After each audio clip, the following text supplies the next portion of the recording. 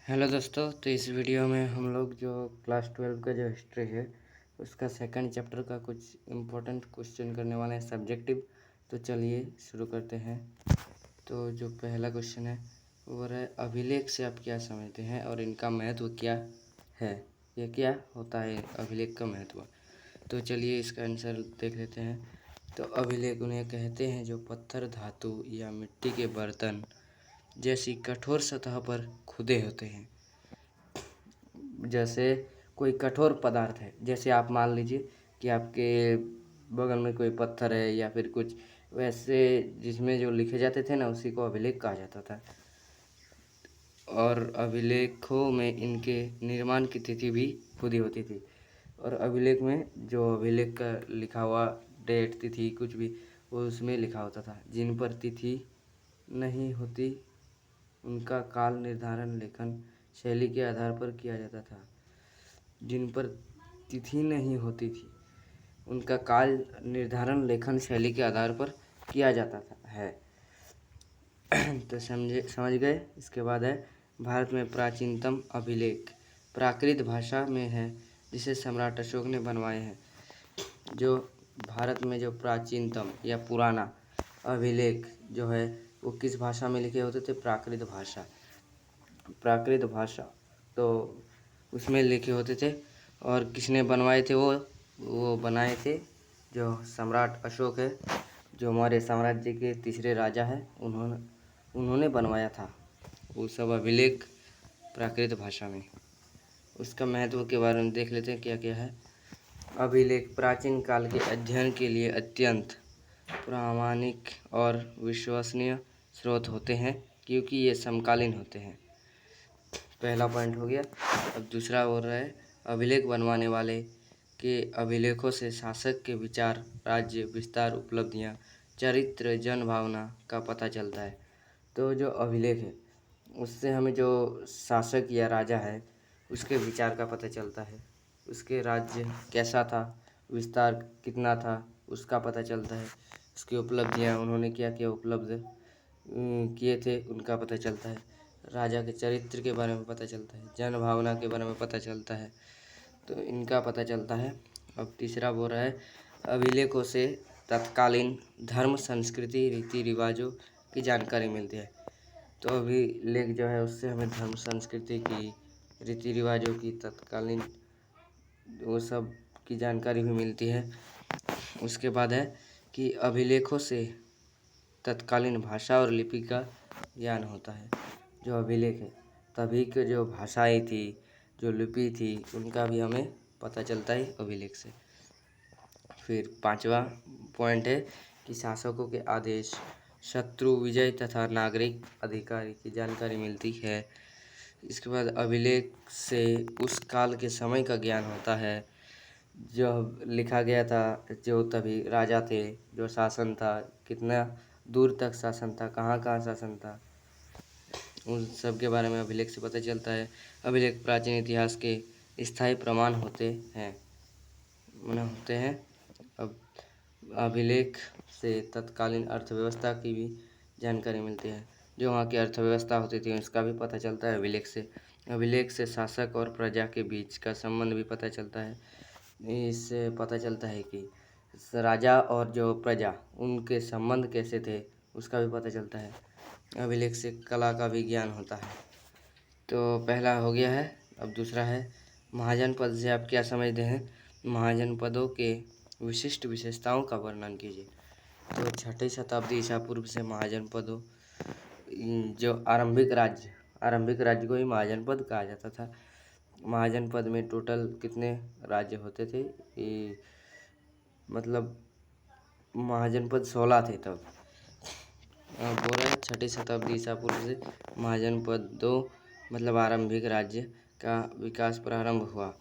कब शुरू हुआ था विकास? तो 6ठी शताब्दी ईसा पूर्व में। बौद्ध और जैन ग्रंथों के अनुसार जो है वो 16 महाजनपद का जिक्र है। जो बौद्ध और जैन धर्म है उनमें 16 जो महाजनपद है उनका जिक्र किया गया है, जिनमें 12 राजतंत्रीय और 4 गणतंत्रीय राज्य थे। जिसमें 12 थे राजतंत्रीय और 4 गणतंत्रीय राज्य थे। उक्त महाजनपदों की विशिष्ट अभिलक्षण विशेषता जो है वो निम्नलिखित है। जैसे लोहे के बढ़ते प्रयोग और सिक्कों के विकास का प्रारंभ हुआ तब, और अधिकतर महाजनपदों में राजा का शासन होता था। जो महाजनपद होता था अधिकतर उसमें जो राजा का शासन होता था, लेकिन गणतंत्रीय राज्यों में अनेक लोगों का समूह शासन करता था। उसके बाद है राजतंत्रीय राज्य में भूमि सहित आर्थिक स्रोत राजा के अधीन था, वही गणतंत्रीय राज्यों में राजाओं का सामूहिक नियंत्रण था। इसके बाद महाजनपदों की एक राजधानी होती थी जो प्रायः किलेबंद होती थी। जैसे कोई महाजनपद है, उसकी जो राजधानी है वो, जैसे मान लीजिए ये राजधानी है और जो ये राजधानी है वो चारों ओर से घेरा होता था, किलेबंद होता था मतलब। अब महाजनपदों में ब्राह्मणों ने संस्कृति भाषा से धर्मशास्त्र नामक ग्रंथ की रचना करके लोगों के लिए नियमों का निर्धारण किया। महाजनपदों के राजतंत्रीय राज्यों में विचारों की अभिव्यक्ति का अधिकार नहीं था, जबकि गणतंत्रीय राज्य में अभिव्यक्ति के अधिकार प्राप्त थे। इन्हीं गुणों ने बुद्ध और महावीर आदि विचारों का जन्म हुआ। जो महाजनपद के राजतंत्रीय राज्य थे उनमें विचारों की अभिव्यक्ति मतलब खुद कुछ बोले राजा के बारे में या फिर कुछ, वो उनमें उनको मतलब अधिकार ही नहीं था कि वो सब कुछ बोल पाएंगे। जबकि जब गणतंत्रीय राज्य था उसमें अभिव्यक्ति के अधिकार प्राप्त थे। जो गणतंत्रीय अधिकार था उसमें मतलब हम कुछ बोल सकते हैं, शासक कैसा काम कर रहा है कैसा नहीं वो सब बोल सकते हैं, पर जो राजतंत्रीय था उसमें हम लोग को बोलने का कुछ अधिकार ही नहीं था। फिर है राजा किसानों व्यापारियों शिल्पकारों से कर तथा भेंट वसूलता था तथा पड़ोसी राज्य पर आक्रमण करके भी धन इकट्ठा करता था। जो राजा किसान व्यापारी शिल्पकार मतलब हाथों से जो बनाते, फिर से कर जो है वो भेंट वसूलता था, पड़ोसी राज्य पर आक्रमण करके भी धन इकट्ठा करता था। राजा जो है ये सब करता था। ये जो लास्ट वाला है वो बोल रहा है महाजनपद के आरंभिक दौर में राजा कृषकों से सेना का कार्य करवाते थे। महाजनपद के जब आरंभिक हुए, जब उस दौर में राजा जो है कृषकों को जो सेना का कार्य है वो करवाते थे, किंतु कुछ राज्यों ने स्थायी सेना और नौकरशाही तंत्र विकसित कर लिया। लेकिन कुछ जो महाजनपद थे कुछ उसमें नौकरशाही और सेना वो विकसित हो गई थी। तीसरा बोल रहा है कि कलिंग युद्ध का अशोक पर क्या प्रभाव पड़ा। जो कलिंग का युद्ध हुआ था उसमें अशोक मतलब पूरा बदल गया था, उसके बारे में क्या क्या प्रभाव हुए जिससे कि वो बदल गया, वो सब हमको बोल रहा है कि लिखने को। तो इसका आंसर है कि अशोक अपने शासन के 8वें वर्ष में कलिंग अभी उड़ीसा में है पर आक्रमण किया, जिसमें 1 लाख व्यक्ति मारे गए और 1.5 लाख बंदी बनाए गए तथा कई गुना घायल हुए, जिससे अशोक का हृदय परिवर्तन हुआ, जिसके फलस्वरूप निम्नलिखित प्रभाव पड़े। जो कलिंग का युद्ध पे अशोक का मतलब क्या क्या प्रभाव पड़ा था कलिंग के युद्ध होने के बाद, उसका जो पॉइंट है वो सब देख लीजिए। तो पहला पॉइंट जो है उसे युद्ध से घृणा हो गई तथा जीवन भर युद्ध न करने की प्रतिज्ञा ली। उसने कहा कि अब हम युद्ध कभी नहीं करेंगे, उनको युद्ध से एकदम घृणा हो गया था। फिर भीषण रक्त संहार देखकर बौद्ध भिक्षु गुप्त के प्रभाव से बौद्ध धर्म स्वीकार कर लिया। फिर उन्होंने बौद्ध धर्म स्वीकार कर लिया, किसने? वो सम्राट अशोक ने। फिर कलिंग युद्ध के बाद अशोक शांतिवादी हो गया। जो कलिंग का युद्ध हुआ था उसके बाद अशोक जो मतलब शांत हो गया। मतलब वो युद्ध में और युद्ध नहीं करता था, इसलिए लिखा है कि शांतिवादी हो गया तथा राज्य विस्तार की नीति का परित्याग कर दिया। उसने दिग्विजय दिग्विजय के स्थान पर धर्म विजय अपना लक्ष्य बनाया। फिर चौथा पॉइंट है, इस युद्ध के बाद मंदिरापन, मांस बलि आदि बिल्कुल बंद करा दिया गया। संयम, विचारों की पवित्रता, दया, दान, सत्य, सेवा, श्रद्धा आदि पर बल दिया गया। फिर पांचवा और आखिरी है कि अशोक देवनाम प्रियदर्शी की उपाधि धारण किया। तो जो देवनाम प्रियदर्शी है, देवनाम प्रियदर्शी किसे कहा जाता है? उसको अशोक को भी कहा जाता है देवनाम प्रियदर्शी।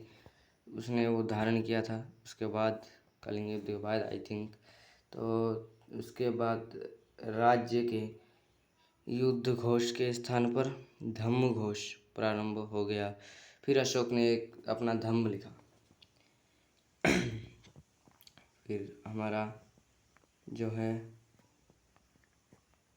हमारा तो हो गया कितना हो गया रे, 1 2 3 चौथा होगा ना। अभिलेख शास्त्रियों की कुछ समस्याओं की सूची बनाई है। जो अभिलेख शास्त्री थे, जो अभिलेख लिखते हैं, वाक्यों के अर्थ स्पष्ट करते हैं। अभिलेख शास्त्री प्राय वाक्यों के अर्थ स्पष्ट करते हैं। यहाँ कार्य बहुत ही सावधानी से करना पड़ता है, जिसमें अनेक समस्याएं सामने आती हैं। जैसे पहला है, अभिलेख की लिपियों को पढ़ने में कठिनाई होती है, क्योंकि उन तिथियों को कोई दूसरी समकालीन लिपि के साथ नहीं लिखा होता है। उदाहरण, हड़प्पा सभ्यता की लिपि। दूसरा बोल रहा है, अभिलेख में एक ही राजा के भिन्न भिन्न नाम या सिर्फ उपाधि या सम्मानजनक संबोधन होता है, जिससे राजा की पहचान स्पष्ट नहीं हो पाता। जैसे अशोक के अभिलेखों में अशोक के लिए देवनाम प्रियदर्शी लिखा हुआ है। तीसरा पॉइंट है, अभिलेख में एक ही राजा के उसी काल में भिन्न भिन्न क्षेत्रों में अलग अलग भाषाओं और लिपियों में लेख लिखे होते हैं, जिसे पढ़ने में कठिनाई होती है। चौथा पॉइंट है, अभिलेख में राजा के आदेश जो यातायात मार्ग में पत्थरों में खुदे होते थे, उन आदेशों का प्रजा कैसे पढ़ती होगी, उन आदेशों को प्रजा कैसे पढ़ती होगी, क्योंकि प्रजा निरक्षर थी। फिर राजकीय आदेश का पालन कैसे होता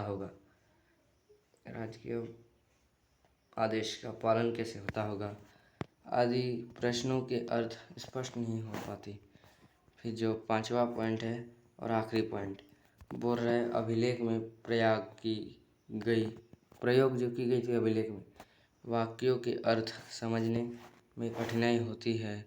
जैसे कलिंग विजय के उपरांत अशोक के वेदना को परिलक्षित करने वाले लेख कलिंग में नहीं मिलता, बल्कि दूसरे स्थानों में लिखे हुए हैं।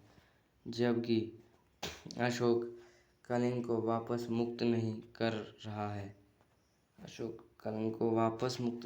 रहा है। इस प्रकार के लेख से अभिलेख शास्त्री असमंजस की स्थिति में होते हैं, जिससे सटीक अर्थ जो लगाने में कठिनाई होती थी। और हमारा पांचवा क्वेश्चन और लास्ट क्वेश्चन जो है वो है गुप्त साम्राज्य पतन जो हुआ था। ये इम्पोर्टेंट क्वेश्चन है, VVI, इसको VVI क्वेश्चन है। तो गुप्त साम्राज्य जो है उसके पतन के क्या क्या कारण थे, इसके बारे में देख लेते हैं हम लोग। तो गुप्त साम्राज्य के पतन के निम्नलिखित कारण थे। पहला जो कारण था, अयोग्य उत्तराधिकारी। स्कंदगुप्त के पश्चात प्राय सभी गुप्त शासक दुर्बल एवं अयोग्य हुए, जिससे गुप्त साम्राज्य का पतन क्रमिक रूप से हुआ।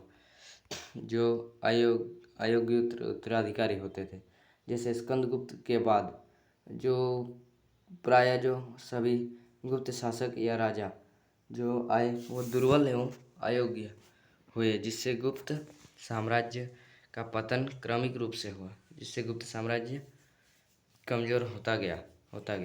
उसके बाद दूसरा है कि उत्तराधिकार के नियम का अभाव। उत्तराधिकार के निश्चित नियम नहीं होने के कारण सदैव गृह युद्ध की स्थिति बनी रही। इससे शासक की स्थिति कमज़ोर हुई। जो उत्तराधिकार के नियम नहीं होते थे, इसलिए वहाँ बहुत गृह युद्ध हुए, जिससे शासक कमज़ोर होते गए। उसके बाद है नई शक्तियों का उदय। केंद्रीय शक्ति के कमज़ोर होने से स्वतंत्र राज्यों का उदय हुआ, जिन्होंने राजा के प्रभुत्व को चुनौती दिया, जैसे मालवा का यशोधर्मन आदि। फिर चौथा है हुन आक्रमण। गुप्त काल के हुन आक्रमण इसके पतन का एक प्रमुख कारण माना जाता है। जो हुनों ने आक्रमण किया था। अब धार्मिक कारण क्या क्या थे, तो उत्तरवर्ती गुप्त सम्राट बौद्ध धर्म के प्रति झुके हुए थे, जिससे इसकी सैन्य व्यवस्था दुर्बल हुई। फिर छठा पॉइंट है सामंती व्यवस्था। गुप्त प्रशासन सामंती व्यवस्था पर आधारित था। जो गुप्त प्रशासन था वो सामंती व्यवस्था पर आधारित था। प्रशासकीय पदों का वंशानुगत होना भी पतन का एक कारण बना। फिर जो आखिरी पॉइंट है वो है आर्थिक कारण। गुप्त काल में कृषि पर अत्यधिक दबाव हो गया। उद्योग, व्यापार और जो नगरों आदि के पतन होने से जो आर्थिक संपन्नता में कमी आई। तो ये सब हुआ, और ये जो क्वेश्चन 5 करवाए ये सभी लगभग इम्पोर्टेंट ये सब आप लोग को करना है। तो मिलते हैं नेक्स्ट वीडियो में। तब तक के लिए आप लोग प्लीज़ वीडियो को लाइक एंड चैनल को सब्सक्राइब करके ज़रूर रख लीजिए। और इसके बाद जो हम लोग करेंगे, इसके बाद वाले वीडियो में हम लोग कुछ दीर्घ उत्तरीय प्रश्नों के बारे में करेंगे।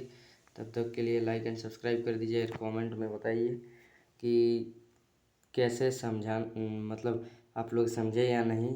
अगर ठीक से नहीं समझे तो कमेंट कीजिए, फिर एक नया वीडियो बनाएंगे, उसमें अच्छे से समझाएंगे, सब कुछ क्लियर कर देंगे। तो तब तक के लिए बाय बाय, मिलते हैं नेक्स्ट वीडियो में।